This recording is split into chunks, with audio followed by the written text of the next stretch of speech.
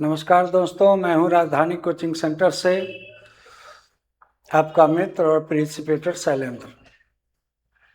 आप जानते हैं कि ये सिविल कोर्ट का प्यून का इसकी जो परीक्षा होनी है उसका 15 मार्च एक निश्चित तिथि है। तो आपकी तैयारी अंतिम चरण में होगी। अभी जो आप टेस्ट सीरीज दे रहे थे तो पैकेज 3 का जो टेस्ट 3 है हिंदी का, उसका मैं सॉल्यूशन आपके सामने लेकर आया हूं। प्रामाणिक है, परीक्षा बहुत नज़दीक आ गई है। अब कंसंट्रेशन अपना बनाइए और विश्वास रखिए कि ये परीक्षा आपके लिए आहूत हो रही है और जो प्रश्न आएंगे उनको बारीकी से समझकर थोड़ा सा समय देकर बनाइएगा तो आपकी परीक्षा डेफिनेटली अच्छी होगी, इसमें कोई संदेह नहीं है। थोड़ा सा उसको समय देना है, खासकर गद्यांश वगैरह अगर आते हैं तो उसको थोड़ा सा माइन्यूटली देखना है और प्रश्न भी थोड़े थोड़े ट्रिक वाले रहते हैं, उनको थोड़ा सा सुलझा लेना है तो अपने आप सब ठीक हो जाएगा, पते पर आप रहेंगे। चलिए शुरू करते हैं टेस्ट 3।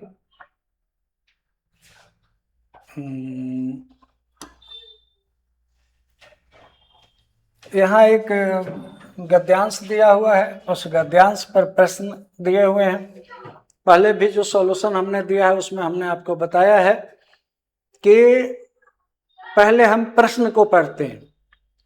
प्रश्न को पढ़कर गद्यांश जब पढ़ते हैं, एकदम थोड़ा सा ध्यान देकर प्रश्न को पढ़ेंगे, प्रश्न को दिमाग में अटकाएंगे और तब गद्यांश पढ़ेंगे तो जल्दी जल्दी हमें उत्तर मिलते हैं और गलती होने की संभावना नहीं रहती है। तो अब कहेंगे कि ये गद्यांश क्या मैं बिना पढ़े सॉल्व कर सकता हूं? तो नहीं, ये झूठ होगा। एक शिक्षक भी परीक्षा में बैठेगा तो उसको गद्यांश को मैन्युटली पढ़ना होगा और तभी वह सही विकल्पों का चयन करेगा। तो उसी तरह से मैंने भी पहले से ये टिक मार्क कर रखा है यहाँ, तो आपका समय नहीं लूंगा, गद्यांश आप पढ़ लीजिएगा। उसी के आधार पर मैं यहाँ सॉल्यूशन दे रहा हूँ कि हमारी शिक्षा का माध्यम भारतीय भाषा इसलिए होना चाहिए क्योंकि उसमें अभी कह रहे हैं कि विदेशी पाठ्यक्रम का अभाव होता है, सामाजिक जीवन निरंतर प्रवाहित होता रहता है, भारतीय इतिहास और दर्शन का ज्ञान निहित है, भारतीय मानस का स्पंदन ध्वनित होता है। तो आपका विकल्प जो है ये डी सही है। ये डी विकल्प आपका सही होगा। इसका भारतीय मानस का स्पंदन मतलब भारत की अपनी जो खूबियां हैं उसमें दिखलाई पड़ती रहनी चाहिए, यह विकल्प आपका सही है। नेक्स्ट, हमारी शिक्षा में ऐसे पाठ्यक्रम की आवश्यकता है जिसमें भारतीय सांस्कृतिक परंपरा का प्रतिनिधित्व हो। ये बी वाला विकल्प आपका ठीक है, शेष विकल्प सही नहीं है जब आप गद्यांश को पढ़ेंगे तो। तीसरा प्रश्न देखते हैं इसका। उपर्युक्त गद्यांश का सर्वाधिक उपर्युक्त शीर्षक है। अब पहले तो यहाँ देखना है कि गद्यांश तो उपर्युक्त है, ये सर्वाधिक उपर्युक्त नहीं होगा, ये उपयुक्त होगा। उपयुक्त मतलब उचित। तो इसका उचित शीर्षक क्या हो सकता है? तो इसका उचित शीर्षक होगा हमारी शिक्षा माध्यम और पाठ्यक्रम। यहाँ एक भूल दिख रही है मुझे, जब माध्यम लगा हुआ है यहाँ, सॉरी,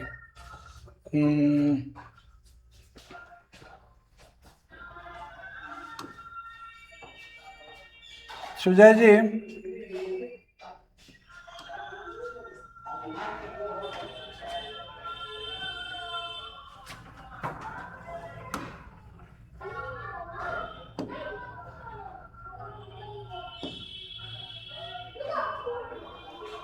एक्सक्यूज मी,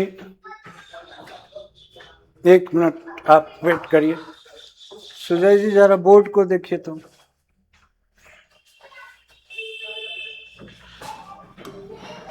अच्छा हटा दिए, चलिए हो गया।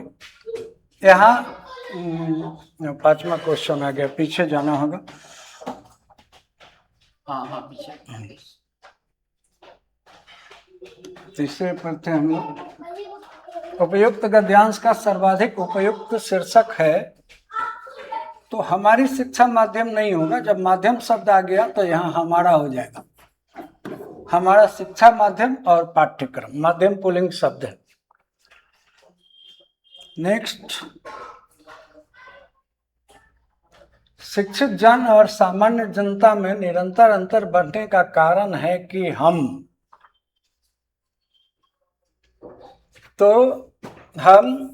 विदेशी चश्मे लगाकर अपने लोगों को देखते हैं। मतलब शिक्षित व्यक्ति संभव वो अंग्रेजी बोलता हो, ऐसे हिंदी बोलता हो जो ऊंचे दर्जे की हो, तो इन सब चीज़ों से जैसे सामान्य जनता में और शिक्षित जन में अंतर जो बढ़ता है, उसका कारण ये है कि हम उस पर अपनी अंग्रेजियत, अपनी आधुनिकता, इन चीज़ों को थोपना चाहते हैं। नेक्स्ट, हमें राष्ट्रीय सांस्कृतिक परंपरा के साथ साथ जोड़ना चाहिए।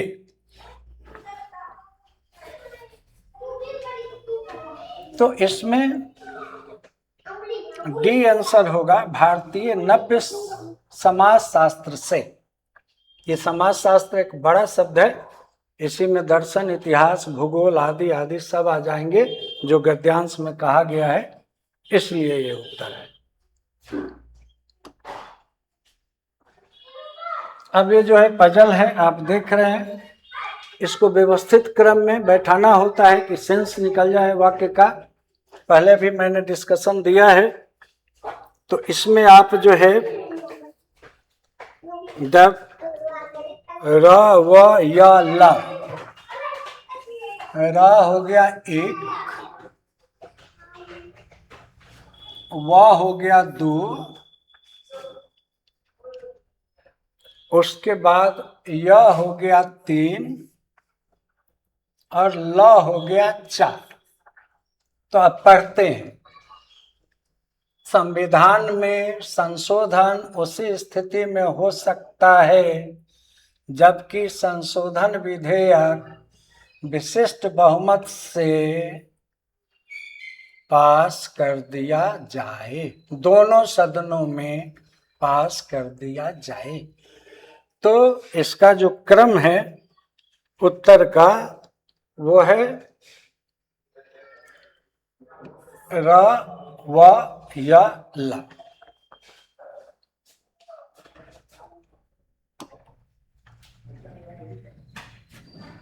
नेक्स्ट है हिंदी का सार्वदेशिक। ये ऊपर वाला और नीचे वाला कॉमन रहेगा, चार को अरेंज करना है। तो इसका उत्तर है डी। अब देखते हैं, या हो गया पहला, वाह हो गया दूसरा, रा हो गया तीसरा और ल हो गया चौथा। तो पढ़ते हैं, हिंदी का सार्वदेशिक भारतीय संस्कृति के सभी अंगों का समावेश, हिंदी का सार्वदेशिक रूप होने पर और उसमें भारतीय संस्कृति के सभी अंगों का समावेश हो जाने पर उसके शब्द लालित्य और अर्थ सौष्ठव में भरपूर वृद्धि होगी। तो ये डी विकल्प आपका सही है।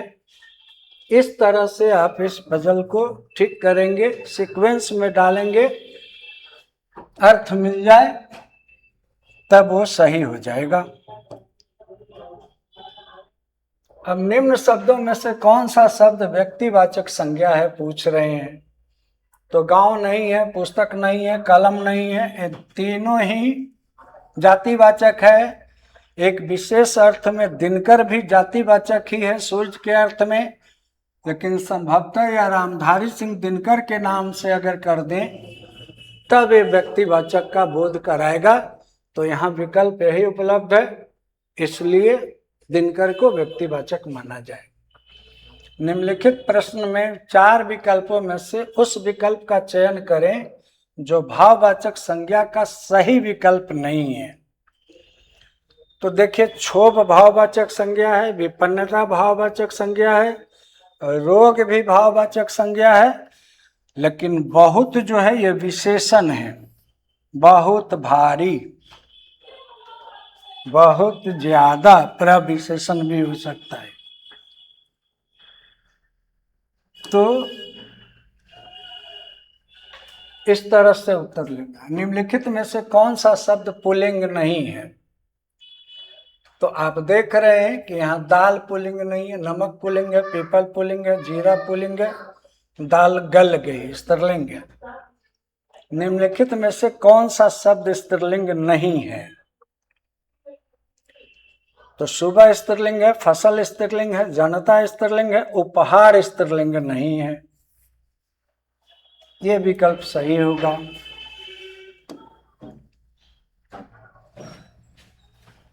आगे आइए कि समुद्र का पर्यायवाची शब्द इनमें से कौन सा नहीं है? तो अर्णव है, निरनिधि है, अवधि है, निर्धर इसका पर्यायवाची नहीं है। ठीक है। 13 है, ललना, कांता, अंगना और कामनी किसके पर्यायवाची शब्द हैं? तो ये सब कहते हैं हम स्त्री को, स्त्री के पर्यायवाची शब्द हैं ये सब। अब कमल का पर्यायवाची है, कमल का पर्यायवाची इसमें पुंडरिक है। चिर मतलब कपड़ा, कुंजन गुजना है, इनमें से कोई विकल्प नहीं। पुंडरिक, पुंडरीकाक्ष, कमल की आंखों वाला, कमल जैसी आंखों वाला। राम को राजीव नयन या पुंडरीकाक्ष कहते हैं, विष्णु को। पुंडरिक कमल का पर्यायवाची। ऋजु का विलोम है वक्र। ऋजु मतलब सीधा, वक्र मतलब टेढ़ा। उस कृपण व्यक्ति के चर्चे दूर दराज तक होने लगे। अब यहाँ पता नहीं चला, इंस्ट्रक्शन नहीं दिया हुआ है कि क्या डालना है, लेकिन विलोम डालना है। तो कृपण का विलोम दानी होगा, इसलिए इस विकल्प को आप चुनेंगे। जड़ का विलोम शब्द चेतन है। जड़ जैसे पत्थर, चेतन में हम सब जितने प्राणी हैं वो हैं। जड़ पदार्थ होते हैं, चेतन प्राणी होते हैं। मदिरा पीने का प्याला कहलाता है चषक। जिसे अपनी जगह से अलग कर दिया गया हो उसके लिए एक शब्द होगा विस्थापित, हटाया हुआ।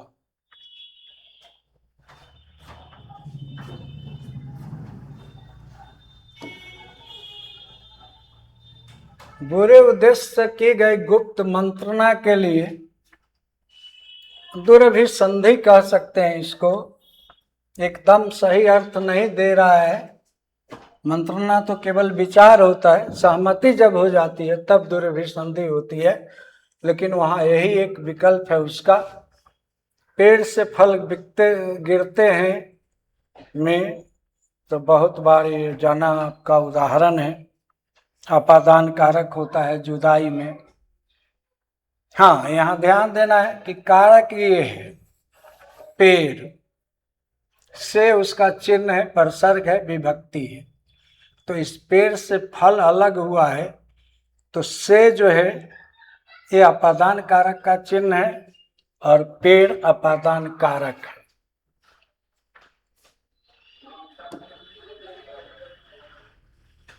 संबंध कारक का चिन्ह होता है रा रे रे, काके की ही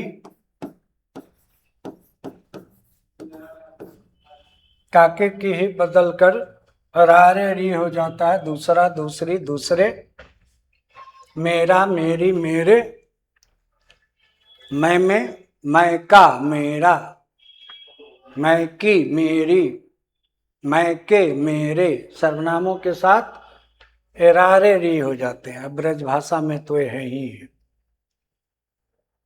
मैं अपने दादा के साथ खेत पर जाऊंगा, प्रस्तुत वाक्य का सामान्य भूतकाल में रूप क्या होगा? मैं अपने दादा के साथ खेत पर जा रहा था, नहीं होगा। मैं अपने दादा के साथ खेत पर गया, नहीं होगा। ये सामान्य भूतकाल में पूछ रहे हैं। अच्छा, सामान्य भूतकाल में पूछ रहे हैं, तो मैं अपने दादा के साथ खेत पर गया, खेत पर जाऊं, ये तो आगे की संभावना है, भविष्यत काल में है। खेत पर जाता हूं, ये वर्तमान काल में है। ताहू ते हैं, ता है।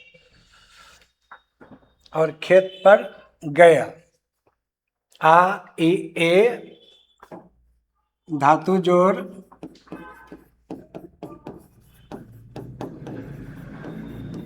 आई ए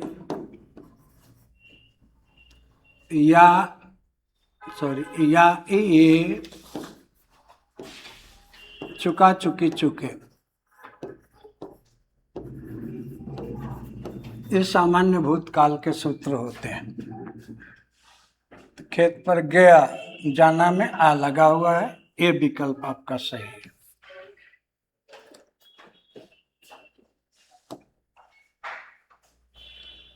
नेक्स्ट, संभव है कि कल हम सिनेमा देखने जाएंगे।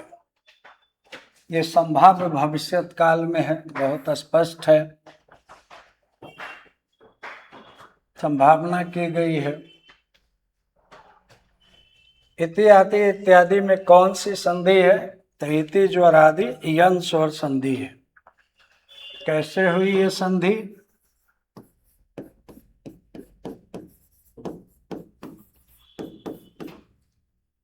ई, इस त में से ई की मात्रा हटा लेते हैं तो आधा त हो गया। ई का हो जाता है आधा यन स्वर संधि में, इसी में अब आ लगा देंगे, ती लगा देंगे। अब इसको सही क्रम में लिखेंगे, इत्यादि। यन स्वर संधि है।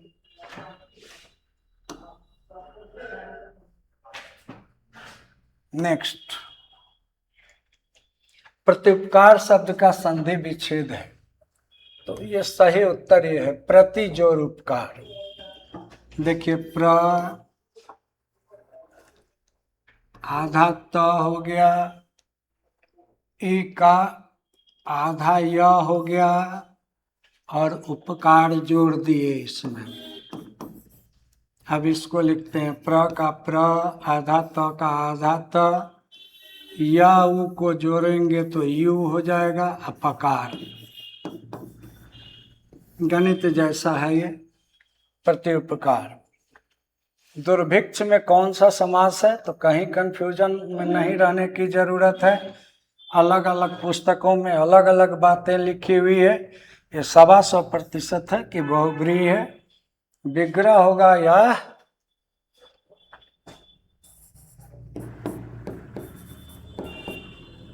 भिक्षा भी न मिले जिस समय में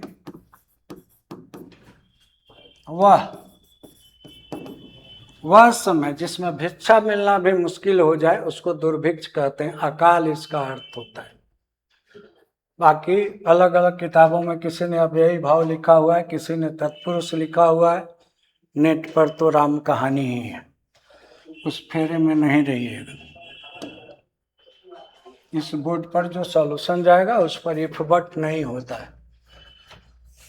मृत्यु को जीतने वाला मृत्युंजय, यद्यपि वर्तनी सही नहीं है, लेकिन बहुब्रीहि समास होगा, शिव का पर्यायवाची है। मृत्यु को जीता है जिसने। वाह। नील गाय शब्द का सामासिक विग्रह है, नीली है जो गाय, एक कर्मधारय समास है।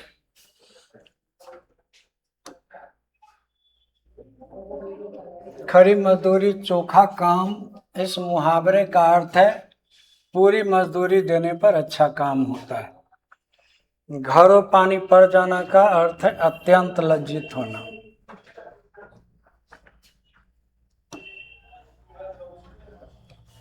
वर्तनी की दृष्टि से शुद्ध शब्द इसमें एक ही है, कवयित्री। ये प्रतिभूति में हर स्वीकार होता, पड़ोसी होता है, पड़ोसी नहीं होता है। बीमार में दीर्घिकार होता है। इसमें शुद्ध शब्द एक ही है, सांसारिक। एक प्रत्यय लगा हुआ, एक प्रत्यय ऐसा होता है। बाकी तीनों विकल्प सही नहीं है। इसमें कौन सा शब्द तत्सम नहीं है? तो चक्षु तत्सम है, उरुष्ट तत्सम है, दधित तत्सम है, श्रृंगार तत्सम नहीं है। श्रृंगार होगा इसका तत्सम। निम्नलिखित विकल्पों में से उपसर्ग रहित शब्द है। तो अधिवक्ता में अधि उपशब्द है, उपसर्ग है। विज्ञान में भी उपसर्ग है। प्राचार्य में प्र उपसर्ग है, प्रजोराचार्य। छात्र में कोई उपसर्ग नहीं। ये मूल शब्द है।